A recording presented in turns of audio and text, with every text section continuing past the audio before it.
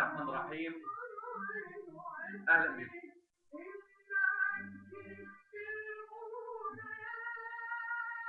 هنتكلم النهارده عن عهد السادات، وهوصف لكم نقطتين اتقالوا في عهد السادات يؤكدوا عبقريته. في مرة الهنود عرفوا ان المصريين لما بيصفوا حد بالغباء بيقولوا عليه هندي. ولما عرفوا كده اجتمع السادات مع أميرة غاندي كانت زعيمة الهند في ذلك الوقت، فقالت غاندي للسادات: لازم تضع عقوبة للي بيصف الغبي بالهندي. رد عليها السادات وقال لها: فعلا احنا لازم نضع عقوبة. خلاص احنا هنعمل غرامة للي يصف الغبي بالهندي 1000 جنيه. فردت عليه رئيسة الهند غاندي وقالت له: خلاص الغرامة اللي تجيبها تيجي على خزنة الهند على طول.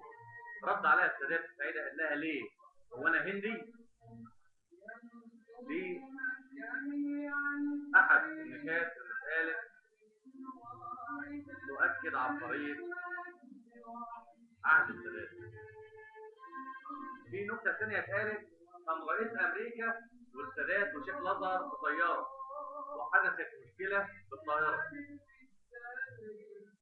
استدعت إن لازم في أحد الركاب يترمى من الطيارة.